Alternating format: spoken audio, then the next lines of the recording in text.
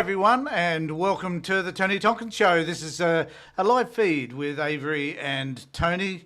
I being Tony, I'll introduce Avery to you in just a moment. There's a lot been happening in the world, and it's here for Avery and I to unravel it for you, to talk about the things that matter to both of us and hopefully also matter to you. Now, Avery and I normally have this feed on a Thursday. We've had some technical difficulties, to say the least. We think we've sorted it out today. But as with most things we do, who knows? Only time will tell as to whether it's going to work or not. There's a number of things that Avery and I talk about today. Primarily, we're going to talk about two things, I think, at the moment. But who knows what I think we might be talking about. And the other thing, too, I want to remind you all to make a comment, to let us know what you think about the things that Avery and I are discussing. We're interested in your ideas, and we're interested in any comments that you make, and we can have a discussion with you directly as you make your comments on the comment section here on YouTube. So thanks, everybody. We know that last time we had a number of people contributing. We hope that that's the same today, even though we're on a different day than what we normally do this on. So join with us and participate. So I'll introduce Avery to you. Hi, Avery. How you going, buddy? Oh, I'm glad to say that I'm still coughing. I've still got a bit of a tickle in my throat here, but it's getting a lot better it's definitely a lot better than it was last week. I may have to mute the mic and have myself a coughing fit. Oh, fair enough. So, well, if you have to do that, then that is fine. Now, there are a number of key issues happening around the world. They all seem to be about Donald Trump in the United States primarily, in a sense, even though the fight or the battle is between Iran and Israel. And I think the thing that concerns me most about this, and I'll just start with this to see what you think, is that Donald Trump doesn't know what he's doing. He doesn't believe that he can make a decision or set a specific timeline about anything that the United States may do in order to resolve the problem that exists between Israel and Iran. So the question here, which is everybody's asking, I guess, is Donald Trump and the United States, or are they prepared to get involved in this particular conflict? I'm just wondering what you think. Well, Trump says that he doesn't want war, and he's blaming Biden and Obama for what's going on in Iran right now. There's a thing that you've probably heard of called it's called the JCPOA. I can't remember, the Joint Comprehensive Plan of Action. And that was a treaty that was signed between Iran, the United States, the European Union, Russia, China, and several other countries, which was signed by Obama.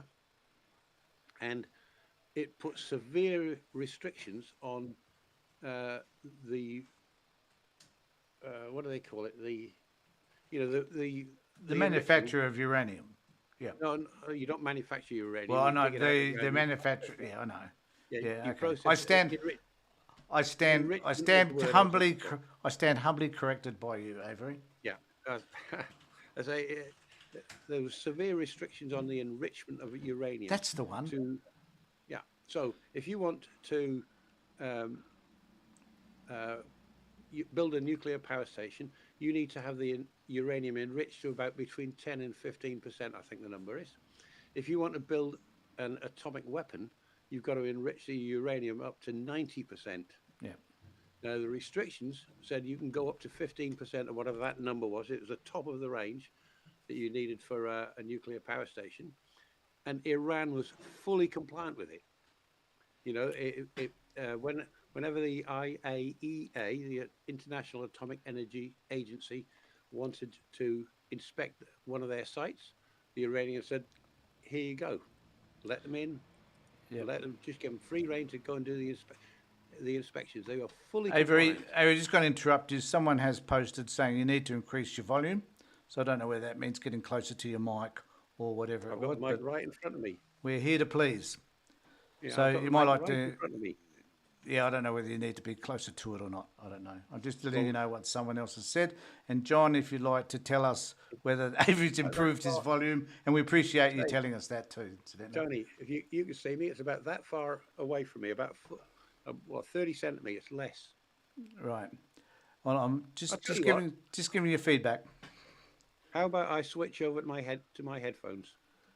You can do that if you like, or I could just tinker with the You you tink, microphone tinker from away you. and Just hold on for a second. I'll just yeah. I can just maybe increase that, and increase that to 110. And if that person who said that my voice was a little bit low could let us know if that's any better, right? Okay, speak now. So yeah, so I was saying that to build an atomic weapon, you've got to enrich to 90%. Yeah, The JCPOA was Iran was fully compliant with it. Netanyahu didn't like them having any uranium whatsoever, so he said to Trump, uh, "You've got to get out of that." He fought against it when it's being negotiated. It took something like 7 years to do it, to get it negotiated. Um, and Netanyahu didn't like the idea of them having any uranium at all. So he said to Trump, "You've got to get rid of it." And Trump withdrew from that, yeah. and he reimposed with Iran being fully compliant with the JCPOA until Trump came along, until he took office in 2017. Sanctions that had been in place against Iran had been reduced. The country was starting to prosper again. And as soon as he got into power, I think it was on day 2, he stepped away from the JCPOA. And about just a few days later, Iran said, "Well, okay, we're going to start enriching uranium again." And they Yeah, he did. start. I think most of the commentary around that is because it was, well, it wasn't a perfect plan, apparently, No, but it was Obama's. And that in itself gave Trump an excuse, if you call it that, in order yeah, to dispense with it, I guess. yeah, a black man doing something, even though it definitely wasn't perfect, the JCPOA, but a black man did it, Yeah, and we can't have that. yeah. Just giving you But feedback. John says it's improved 100%. There you go. thank you, John. And I've got a Um, comment here from Sean, who says, I don't think he wants to join in. I wonder if I can bring it up for you. He says, I don't think he wants to join in. Israel is doing it for him. He just likes seeing himself on the news and gets annoyed when he isn't. And I tell you what, Sean, that's pretty accurate, I reckon. yeah, absolutely. That's spot on. If he's not the center of attention, he's got to do something to make himself the center of attention. I can see him. Well, firstly, on the Israel's doing it all for him, right? What Israel cannot do is destroy the site that's buried in a mountain. Right? They cannot do it because they don't have the weapons. The Yanks have got a bomb. It's actually called the MPA or MPO, a massive something ordnance. I can't remember what the P is. Massive penetrating ordnance. The other name that it's given is the Moab, the mother of all bombs. That can drop that. It's got to be dropped from something like a B-52, a B-1 Avery, bomber. I need to ask you, do you know all this stuff because of your defence experience, or is it just that you've done some recent reading? Well, Because you did have a defence background, don't you? yeah, I do. 48 years in defence. There you go. So, Yeah, just for those people that might be wondering where some of this stuff comes from for Avery, he is, I'm not saying you're the ultimate expert in this stuff, Avery, but you do have some background knowledge that's yeah, worth noting as well, I yeah. think. And the other, is it my background in defence or have I done some recent reading? The answer is both. Yeah. Yeah. Right now, the Moab, they used that in Afghanistan. What it'll do, because of its design, you've got it, and the size of it's 10,000 kilograms. Right, you've got to drop it from a something like a B-52 or a B-1, B-2, one of those big bombers that the Yanks have got. The Israelis have got nothing that can carry that. Yeah, so the only What it thing they does can is draw it from is one of the stealth bombers, isn't it? even the stealth. Yeah, the B1, the B2 are stealth bombers, Yeah, yeah, yeah. right? But they're huge aircraft, right? The little stealth things. It's got to be something like a B-52 or the B1, B2 to carry it. So, Now, so the question when it remains: is it possible for a bomb like that to penetrate into the mountain? yes, And it's designed to and do that. It's do we know how deep the this is? apparently it's a place called Fordo, Yeah. which is I think it's southwest of Tehran, and it might be northwest. But anyway, it's on the western side of the country, and these these bombs, the Moabs, they can penetrate. The installation that they want to target is something like 300 feet underground. That Moab can penetrate about 120 feet into the ground before it detonates. Yeah. Right? You detonate 10,000 kilograms of explosive 100 feet underground. Everything beneath it is going to collapse in on the whatever it is they've got in the Fordo site. So the only way they could completely destroy the uh, Iranian nuclear sites, Israel can destroy the stuff on the surface, Yeah. but to destroy the Fordo installation, the Yanks would have to get involved. Now, I just need to say that we've got a number of people online, so please make a comment. We've got Mark G, who says two will need to be dropped, one following the other. Do you agree with that notion, Avery, at all? Yeah, yeah. Yeah. So, I so would the first one would cause a huge amount of damage. The second one will finish it off. yeah. So, They used it in Afghanistan, in the Helmand province, I think it was, where they thought Osama bin Laden was hiding, and it's an absolutely it's the biggest explosion short of a nuclear one. well, just something for all of us to look forward to. So, the Yeah. question we're asking, though, today, and we want people to contribute, do you think the United States will get involved? How will they get involved? And in a moment, we're also going to be looking at the other question here, which is, will Australia get involved? If the United States gets involved, is it likely the United States, that Australia will be dragged into it as well? I've got a note here too from Sean Beakey, who says Putin wouldn't be happy if the US give Israel the special bombs. Um, I haven't thought about that, but I guess one could argue. I'll just pop that up. I guess one could argue that that's probably true. Putin wouldn't But be happy if the US gave Israel the special bombs. if So I guess if the notion here is that Israel, um, well, that Putin expects special treatment from the United States. I don't know whether that's what you're saying, Sean. I'm not sure what Sean's talking about there. But he But could, Sean, if you could just let us know to clarify that, that yeah, probably would be helpful. uh, does Sean mean by special bombs? Is he talking about the Moab?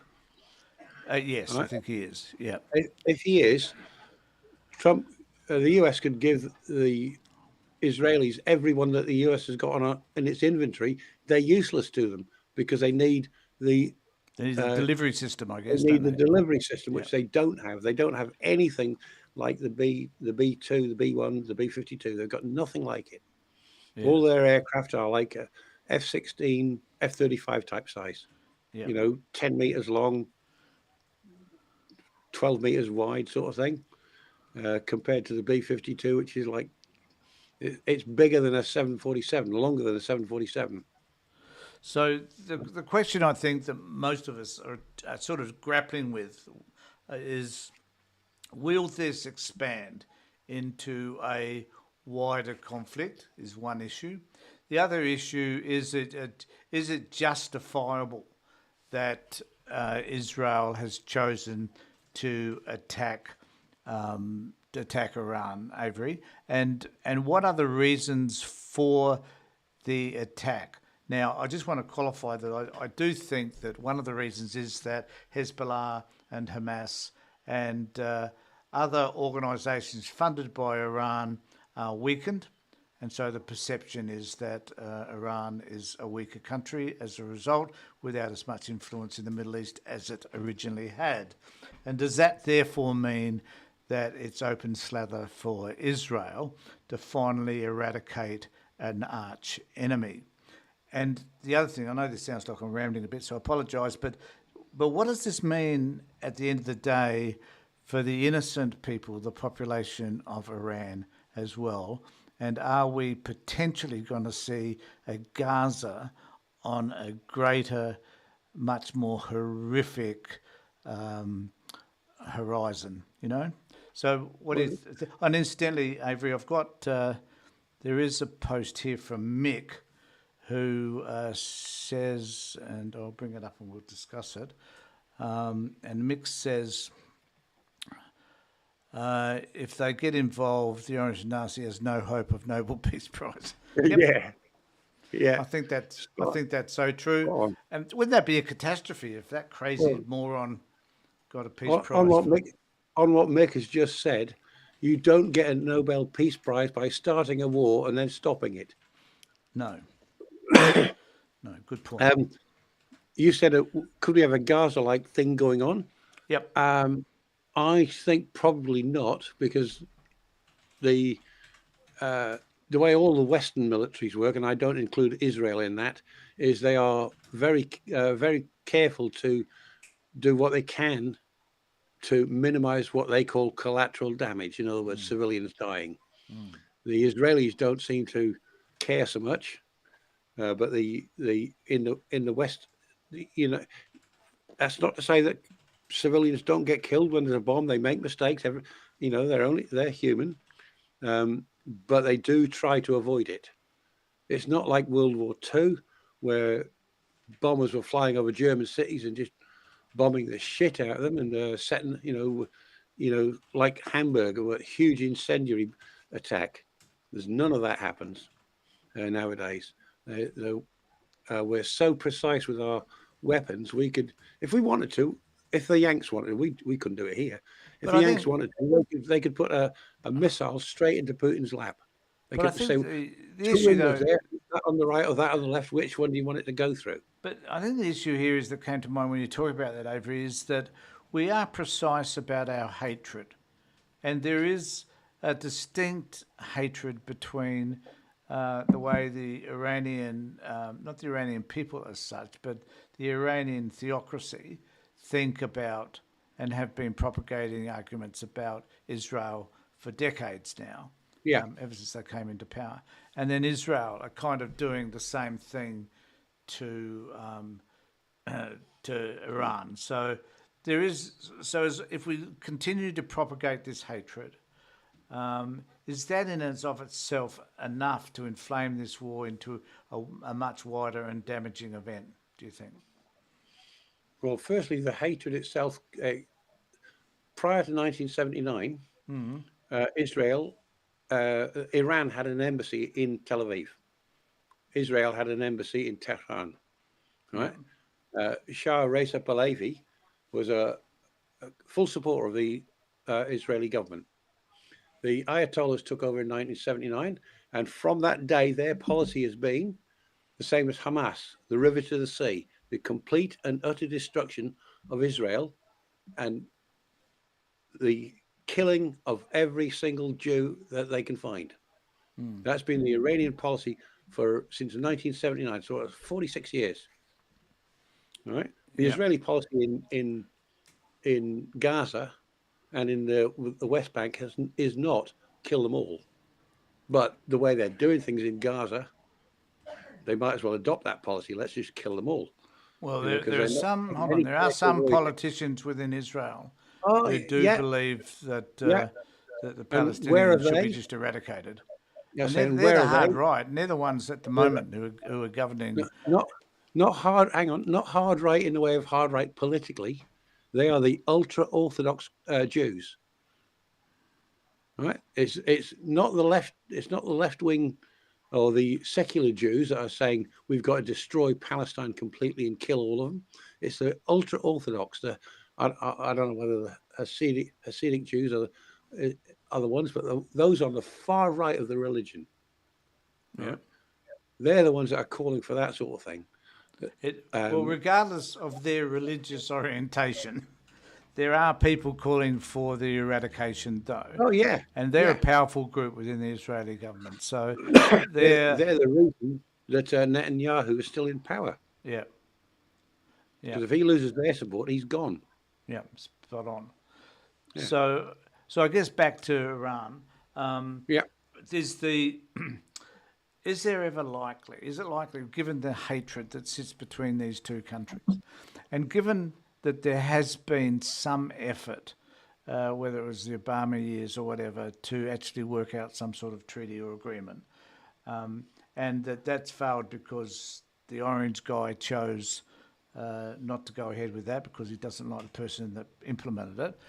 Um, is it is it possible, do you think, for there to be some sort of negotiated peace given the current circumstances? Right at the moment, no. Right, but uh, in the sort of medium term, yes. I don't see why we shouldn't. And so Um, that's what we're going to ask people that are online at the moment. Do you think that there's a possibility for a negotiated peace of some description or not? Let us know. We'd be I most just interested thought to hear. I just remembered another question that was asked, and that was would Australia get involved if the Yanks went into Iran? Yep, And I think the yep, answer is no. If yep, Iran was to attack the United States the way the United States was attacked on September the 11th, 2001, they would invoke their treaties, the NATO treaty, for example, Article 5. Australia is not part of NATO, but when they said, "Can you help?" we said yes. yep. But if the United States is the aggressor, I don't think we will, and Yeah, I but don't think we should. there's an interesting comment here from Stuart, who says the Iranian people are good people, same as Yeah, the Russians, same as the people in Gaza. It's yeah, the governments that are fucked. yeah. Iran put the nail in the coffin when they said they wanted to wipe Israel out. And I think even though I'm going to challenge that last little bit though, Stuart, and I'm wondering what you think about that. Um, is it is it both these two? So we're just talking about the extreme ultra right, as Avery refers to them in Israel. So there is the theocracy, which is let's argue that that's the same type of group as you see in Israel, but in Iran. Does that then mean that these two warring groups are eventually going to be the winners in this debate? Or do you think that there will be some sort of compromise between those groups? Or are they just so far to one side of the spectrum that they're just never likely to reach an agreement? Or is it about someone finding the space, the time, the effort, and whatever it takes to ensure that those people don't remain in power? I, in some ways, I think this is like like World War II. There was never going to be a negotiated settlement with a Mm, Nazi party.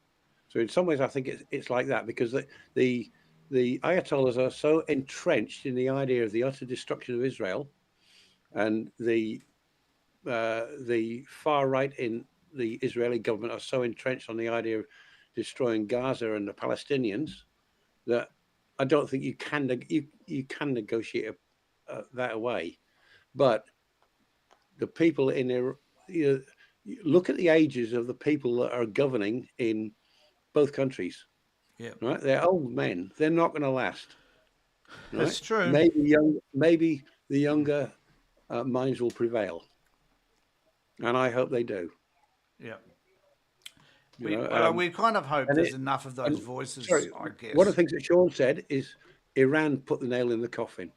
Yeah. Right, I don't agree with that. It wasn't Iran, unless by Iran you mean the Iranian government, because he said the Iranian people are really nice folk. They are, right? Yeah. Yeah. Um, That's true. That's true. the Iranian government There's is an interesting different. comment here from Mick, which I'll put up on. Can I ask you a quick question? Are you able to put those at the top of the screen? I Because can I've got put. to keep moving my camera out of the way so I can read it. Well, I could no, because then I put over your face and That's everybody all else right. can't see it. As long as you can put it right at the top. Just wondered. I can.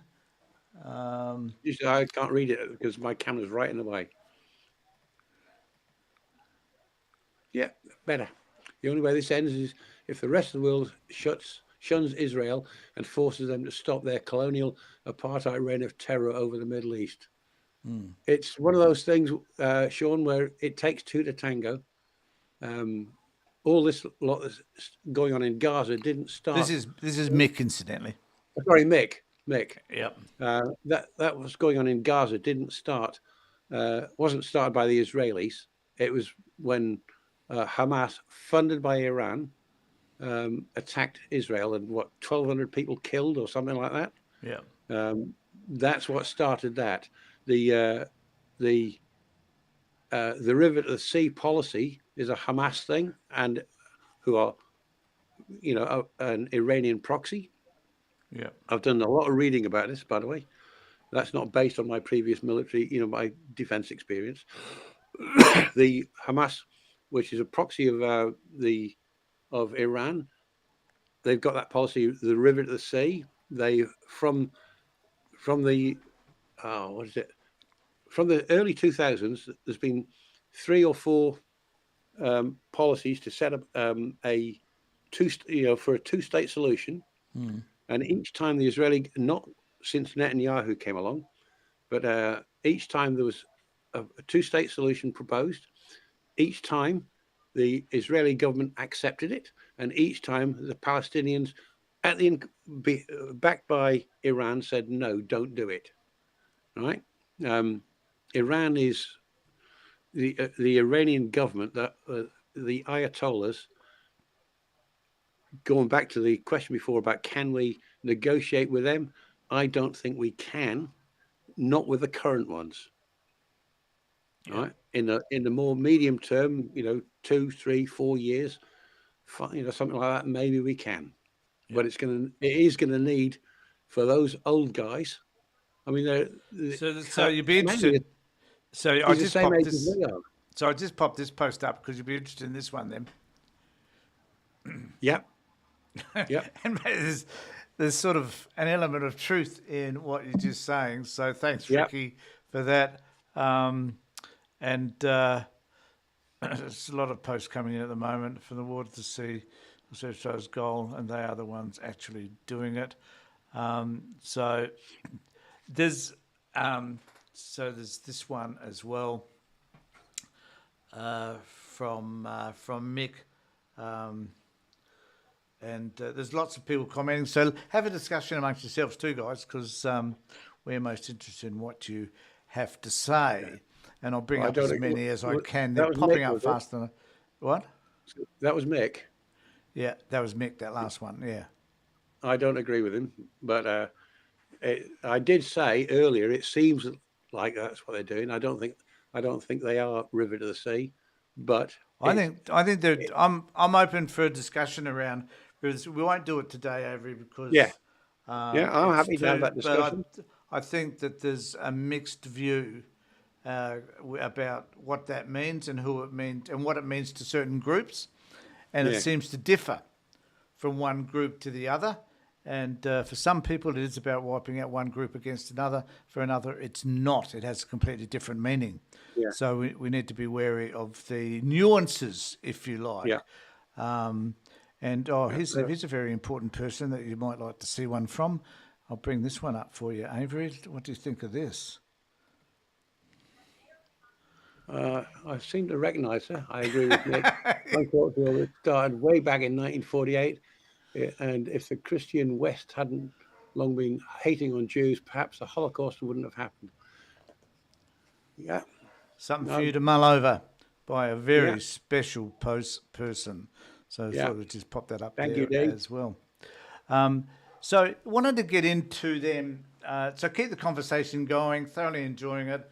We've had a lot of people online, so it's been great to see you. So thanks for that. Also, can I just ask everybody to subscribe, ring the bell.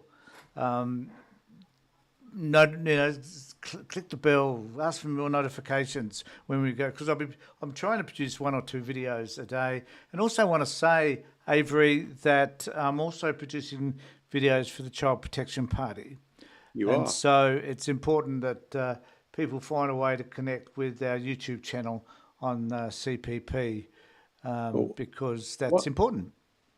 one thing they can do is you could put a link to it on the Tony Tonkin Facebook YouTube Yeah, I'll page, do that. and I'll do that at the end so and in that the they description. know how to get to your page, your channel.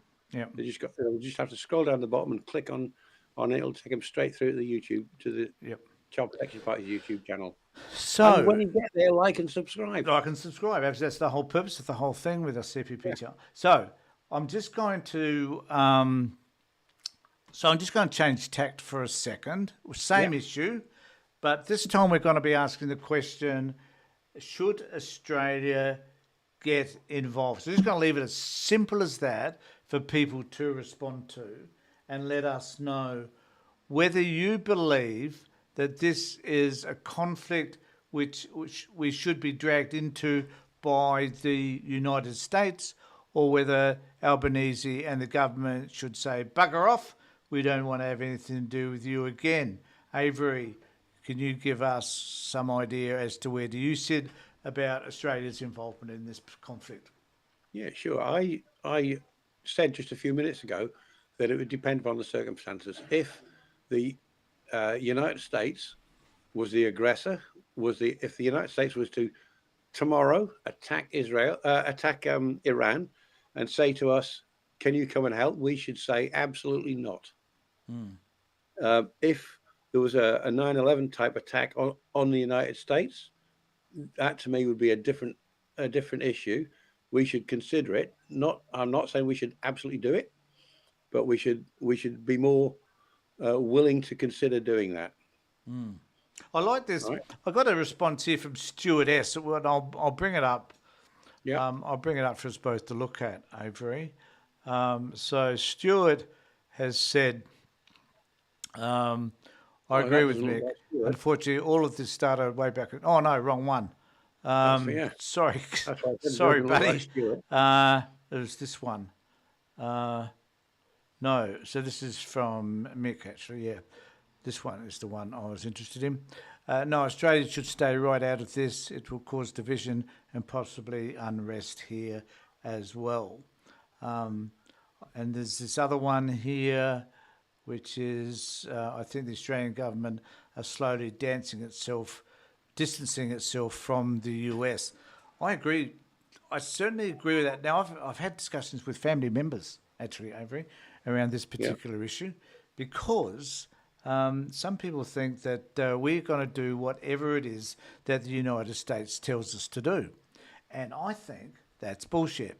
I think we are doing what Sean just suggested, and that is we're slowly distancing ourselves from the... We haven't got to the point yet where we're declaring ourselves completely independent of the US in terms of AUKUS and ASEAN and other things that we tend to do. But we are finding ways now to say maybe the US is a country we can't rely on anymore, and that we need to withdraw ourselves from any involvement with the United States. And maybe that means that we need to break some of the agreements that we've got. Just wondering what you think about all of that. Well, firstly, the United States has got nothing to do with ASEAN. That's I didn't mean to mention it. That's it. I mean other Asian agreements. Yeah. Yeah, but the should we rely on the? Can we rely on the Yanks? No. Right. No. They've shown that under Trump. They've shown that already. Should we go to war with them if they're the aggressor? As I said, absolutely not. If they're the ones that's attacked, we should consider it, but that doesn't mean we should absolutely do it. I don't agree with this isolationist policy of do not get involved in foreign wars, right? Because that, if it benefits us to have a stable world with stable... okay, I agree with you around all of that. But if I was to be the devil's advocate, when I'm listening to other people talk about this, they tend to say, well, we rely a lot on the US anyway. They have bases in Australia. You don't have that many. We look for their level of security by the ships and the submarines they currently provide, and their air force and other stuff that's situated around us. So would we then, if we withdrew from the United States, would we basically be defenceless? Uh, if we withdrew completely from the United States, I think we've got the F-35 now, or the F-22, one of the two. We Everything that we need to support that we've got to get from the United States. Yeah. If we completely withdrew while we've got things like that, Yeah. then they are under no obligation to. Well, they are in that they signed contracts. Yep. But Trump doesn't care about contracts, and if we completely withdrew from the alliance with them, then Trump, or whoever succeeds Trump, might just say, "Well, screw you." Yeah. Right? There's But so this but very wise they're not. person, this very wise person put up this statement, which I think is quite true. We keep following them into wars that they lose. Well, World War One and World War Two weren't won by the United States. They were won No, they by hold on, an Avery. allied nations. They think they won it though.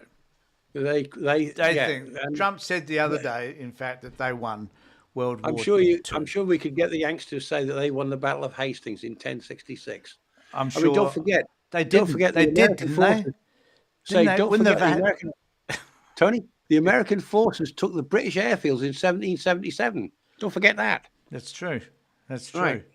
So there Uh, is this notion around. but yes, Well, there's this notion around right. American Lose wars. exceptionalism anyway. Yeah, they lose wars. They lose wars. That's the Afghanistan, point. they lost. Right. Iran, Iraq, they lost. Yeah. They win. Actually, they don't win. They don't lose all the wars where they're the only ones participating, because they did win when they went to Grenada, a tiny little island in the Caribbean That's right, Sea. I forgot about that. Yeah, Yeah. they won that. That's So because they had Clint Eastwood go there. So someone says, and this is the argument agree that with that. people have been put to me as well, is there's no Yeah. chance of decoupling from the US. Yeah, I agree. I just wonder whether it would take a courageous government to do the decoupling, and whether Well, it's something that would just take place over time. it would take a long time to do Can it. I put this to you then? So say for example, the United States says that they no longer go along with AUKUS, even though we've given them almost $1 billion at this point. Would that be enough for us to say, bugger off, we don't want anything to do with you, we're going to kick you out of Pine Gap, we're going to get rid of your fleets up, the people up in Northern Territory, wherever you might be. Would that be enough for us to say enough's enough? I don't think we tell them to piss off away from Pine Gap, because we get a lot from having Pine Gap there. Oh, well, so do they. Sorry? So do they. I know, but if we told them to piss off, we'd lose all their stuff, because they own the equipment there. They just put it into Well, they can't. Okay. C5 Galaxy and take it away. I reckon possession's 9/10 of the law, mate. So I would suggest How are we going to? If they put it into a C5 Galaxy and take it and say we're taking it home, how do we stop them? Well, we do what they do in the United States. We don't let them in the first place. We stop them at the border. I don't know, but I guess the point is that does that mean that we're so attached to them, as Mark was suggesting, that we just can't decouple ourselves from them? It's not. I don't think it's that we can't decouple ourselves. It's that it would take decades, because there's so much integration between, with the military. We've just bought God knows how many F-35s or F-22s, whichever it was. I can't remember. They've got a lifetime. We could say now we're not going to replace the F-35 with another American-built aircraft. We're going to go to Europe and get them from there. Yeah. They could start planning that sort of thing now. But you're looking at 20 years away, 30 years away, right? They could say we're not going to get some, the hell with the AUKUS. We're going to go back to France and get those the the submarines from France, and we can rely on the French. We can't rely on the Yanks. Yeah, and I But then just there's as other a things. just as a reminder though, Avery, we did all of that pretty quickly. We were prepared to tell France to piss off at a moment's notice. Yeah, Why now but can't we tell the we can United we States to can do the say to same? the Yanks right now, keep AUKUS. We don't want it. We're going to We go could. back. We're going to go to France or Japan or somewhere else and buy a submarine from there. Yep. All right. We could certainly do that because we haven't got them in But place. isn't that part of the decoupling process that we're talking about? Yeah, yeah. But we could do that. But you got to look at what we've already got in place. Those F-35s or whatever they are, and we've only just got them in the past 5 or 6 years. We've got to replace those sometime in about 30 years' time. So we can say now we're going to start planning for buying European aircraft. And I Right? know, and I know that there is an issue around the software for all of this stuff because it's owned by the United States and whatever. And I don't, I'm not up with it that much to know how that could be, how we could deal with that, and what it is that we need to purchase in order to replace all the stuff and the technology and so on. But you're right. I guess over time, if we change our policy decisions and realise the Yeah, United States can't be a reliable partner, then yeah. we could probably do the decoupling. Even what Mick We could said, we could start today. Mick's suggesting we can't decouple, and We you and I are can. now saying, well, we can, but it will take some time. It would take decades, I would say, because it's not just the military side. We can, you know, it's all the um, like SWIFT. That's American. The thing for transferring currency around the world. That's American. We'd have to get something set up that would separate from SWIFT to allow us to transfer money around the world. Yeah. So There's Mick all the argues all the, this. all the trade, any trade that we've got with the United States, we'd have. We can easily defend ourselves and all our neighbours with our current technology and industry. I, I reckon that is an issue which needs to be debated. Yeah, I actually don't know, Mick, the truth of that, so I'm not going to debate it. I'm not going to say you're right or wrong, but I reckon that's something that we should be discussing. Do we we can have the defend current ourselves. technology to do what we need to do in order to defend ourselves? Because and I guess this is the point, Avery, the focus always seems to be on the negative. We need the United States, we haven't got the technology ourselves, blah, blah, blah.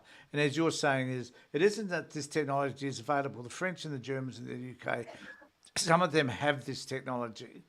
Um, BAE, where you used to work, has a lot of this technology, I guess. So the fact is the technology is out there.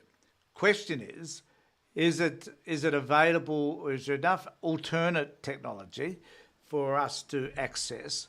And the current technology, is that, as Mick is saying, which I think is a great point, is that enough to sustain us? Well, I've said to you before that if, for example, Indonesia decided to attack us, that's a country with a population of 220 million, with a much bigger army, navy, and air force than we've got, right? We're a country of 28 million with about 50,000 people in the armed forces, right? And we've got fewer aircraft, as I said, fewer warships, probably got better soldiers, better airmen, but just on the numbers, we would have difficulty defending ourselves. We could defend ourselves, but not easily, right? We've got the problem that unless we had a huge a military industrial complex here, building aircraft, building tanks or whatever, we've got to import it from overseas. So isn't Right? there then Not isn't as there easy then as this? Mick seems to think. But then there's this other issue, which is really about soft power, and it's probably more about the problem that the reason why Indonesia doesn't present as a problem to us is because we really have good relationships with them. The Yeah, same with the Philippines, the same with Japan, and the same with all the other Asian countries, Cambodia and Vietnam and Thailand and so forth. And Malaysia and Singapore. So there's all these countries that are around us with whom we have good relationships. We don't talk about them attacking us. no, We don't need to. because our relationships are so that we provide stuff for them and they provide stuff for us. It's Yeah. mutually beneficial. Well, the, Isn't the that? soft, But doesn't that tell us that this is the way it should be? yeah, soft power though is not. We've got good relations because we trade with them. What the soft power is when you hear. I see it all the time. People complaining about why are we sending this money to that country, right? The reason what the soft power is that in Tanzania they need clean water, so they want a water purification plant building. Yeah, So we give them the money to build it. and it's Australian aid to these Yeah, countries too that yeah. is It's part of the soft power. I'm also arguing though here, Avery, that and I understand what soft power is, but yeah. I'm saying that I was saying it because a lot of people out there don't yeah, seem to realise what it is. yeah, I'm just saying that soft power is also about not just the aid we give, and we probably should increase that to an area. But we've Yeah, done a lot of that in the Pacific region over recent yeah, years. I think it's also about how one develops those relationships, yeah. right? It's one of the things Like that helps to The build your Australian relationship. government has worked. Sorry, but the Australian government has worked hard in the Pacific region to develop some of the policing forces that are required so that the Chinese don't step in. Yeah, So this sort of negotiating, I think, is the key to all of these problems that we're talking about, because yeah, we can become buried in the fear that sits around the fact that we're losing, that the United States is no longer a friend. yeah. Uh, uh, United States under Trump, we definitely cannot trust them. I'd sooner trust Nope. a cut rattlesnake. All right. Yeah. Um, Obviously, we've got no idea who's going to succeed him. Excuse me. I I'm don't think hoping that it's going matters anymore. to. I think the point now is that the that barrel of apples has been ruined. Yeah. When it comes to the military side, which I've got a much I've got a much better understanding of, Yeah. based on 48 years of it. Yeah. Um, we are so interconnected because of the what they call interoperability, where we don't need to buy bullets from. The UK used to use a 7.6 millimeter rifle. Mm. The Yanks used a 5.6. Mm. Right, so we couldn't just go to the Yanks and say we want to buy a bunch of bullets. They couldn't come to us and say we want to buy a bunch of bullets because we didn't in the UK. We weren't manufacturing that size. We standardized all across NATO, standardized on the weapon size. Yeah. So just for rifles, for example, we said the Yanks are the biggest um, builders of weapons. We'll just standardize with a 5.6. We would have to replace that infrastructure in Australia, in the UK, wherever it happened to be, to decouple. Yeah. Right? Yeah. And Sean's raised another interesting point. Go, Sean, you're amazing. Which was, You gonna share it up? yeah, about to, just got to find it. Which was China might want to protect its trading routes with Australia. So, for the Chinese to move goods, apart from moving them across Asia and Northern Asia, Mongolia, whatever, but they might want to protect their trading routes down through past Malaysia and around the coast. So there is an opportunity here, I think, for Australia to look to China as well. Yeah, I think that's a really good idea, Sean. I haven't thought about that one, yeah, but that's possible as well. yeah. I didn't put. The problem that Chinese have got with that is their navy doesn't the quality of their navy. I don't know. It's not their navy is not as big as the United States Navy, and the quality of their navy is nothing like the quality of the United States Navy and the aircraft that they got. The I don't know, Chinese have mate. got this. I had a look at the United States Army on Saturday, and tell you what, the way they were marching, they didn't inspire confidence in Wow, anybody. It was a that's a pathetic completely event. different thing. That to me was the U.S. Army saying to Trump, "Fuck you," right? Yeah, Yeah, that's what exactly, that was. The exactly. Chinese have got a great big they've got several aircraft carriers now. They've got an aircraft that they built specifically for it, right? And on paper, it looks really good, right? But in practice, if they want it to take a full a full load of the armaments that it's capable of carrying, they've Yep. got to cut back on the amount of fuel they put in it, so it Yeah. loses the range. Yeah, at the moment, I'm like that. I was just wondering what you were going to say. Yeah, I agree with that statement. Funnily enough, yeah, I think yeah. there's a lot of good work we Well, could do with China, and just yeah, tell the United States to bugger off. Quite frankly, yeah, yeah. Well, we won't need to because the way Trump's going, it's he's he's leading it over the cliff into the abyss. he is. And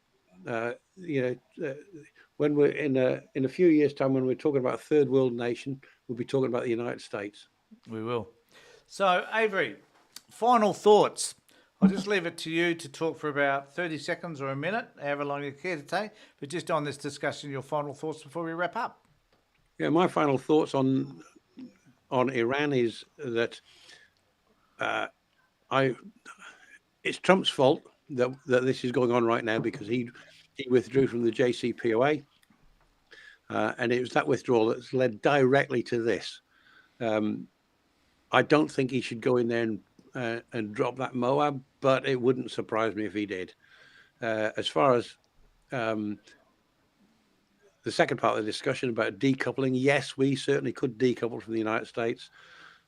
I'm not 100% convinced that we should, right? Completely decouple, but I'm not 100% convinced that we should stay completely coupled the way we are. I'll leave it at that.